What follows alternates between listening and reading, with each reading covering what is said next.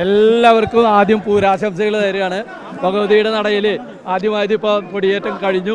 ഇനി നല്ല തട്ടകത്തുള്ള എല്ലാ ചെറുപ്പക്കാരായിട്ടുള്ള ആൾക്കാരും അതിനുവേണ്ടി ആവേശത്തിൻ്റെ തിമിർത്തിലാണ്. ഇനി ഇവിടുന്ന് 3 മണിക്ക് ഭഗവതി പുറത്തേക്ക് എഴുന്നള്ളും. അത് കഴിഞ്ഞാൽ നമ്മുടെ തേക്കുംകാശി വടക്കുനാഥ മൈതാനിയിലേക്ക് കയറി കഴിഞ്ഞാൽ നാക്കിനാലിലും നടുവിലാലിലും നമ്മുടെ കൊടിയുയർത്തും. പൂരത്തിനോടനുബന്ധിച്ചുള്ള കൊടിയുയർത്തും. അത് കഴിഞ്ഞാൽ മേളം അവിടെ അവസാനിച്ച് ആറാട്ടിനായിട്ട് ബ്രഹ്മസമഠത്തിലേക്ക് പോകും. അവിടെ നിന്ന് പിന്നെ ഇനിയുള്ള എല്ലാ ദിവസവും ഭഗവതി തട്ടകത്തെ വീടുകളിൽ ചെന്ന് പറയെടുപ്പും അനുഗ്രഹം ചൊരിയുന്ന ഒരു ചടങ്ങാണ് 7 ദിവസം. ആ 7 ദിവസം 26, 27 തീയതി വൈകുന്നേരത്തോടു കൂടിയിട്ട് നമ്മുടെ ഉത്തരം വിളക്കനോട് കൂടിയിട്ട് അവസാനിക്കുകയാണ്. എല്ലാവരെയും നമ്മുടെ പൂര ആഘോഷങ്ങളിലേക്ക് ക്ഷണിക്കുകയാണ്. എല്ലാവരും വരണം. എല്ലാവരും ഇത് സന്തോഷമായി നമ്മുടെ ഈ തൃശ്ശൂർ പൂരം വളരെ ഗംഭീരമാക്കി തരുവാൻ ആവശ്യപ്പെടുകയാണ്. എല്ലാവർക്കും പൂരാശംസകൾ നേരുന്നു.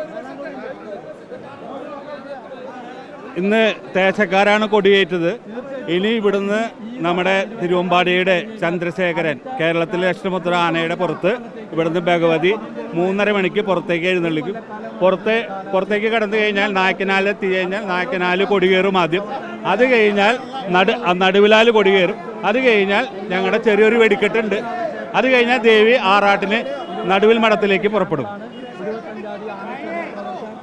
തീർച്ചയായും നമ്മൾ വ്യത്യസ്തമായിട്ടുള്ള കുറേ ഐറ്റംസുകൾ വെടിക്കെട്ടിൽ ഒരു വിസ്മയം തീർക്കാനായിട്ട് തന്നെ നമ്മൾ അണിയറയിൽ ഒരുങ്ങിയിട്ടിരിക്കുകയാണ്. അതിൻ്റെ കാര്യങ്ങൾ നമുക്ക് പിന്നീട്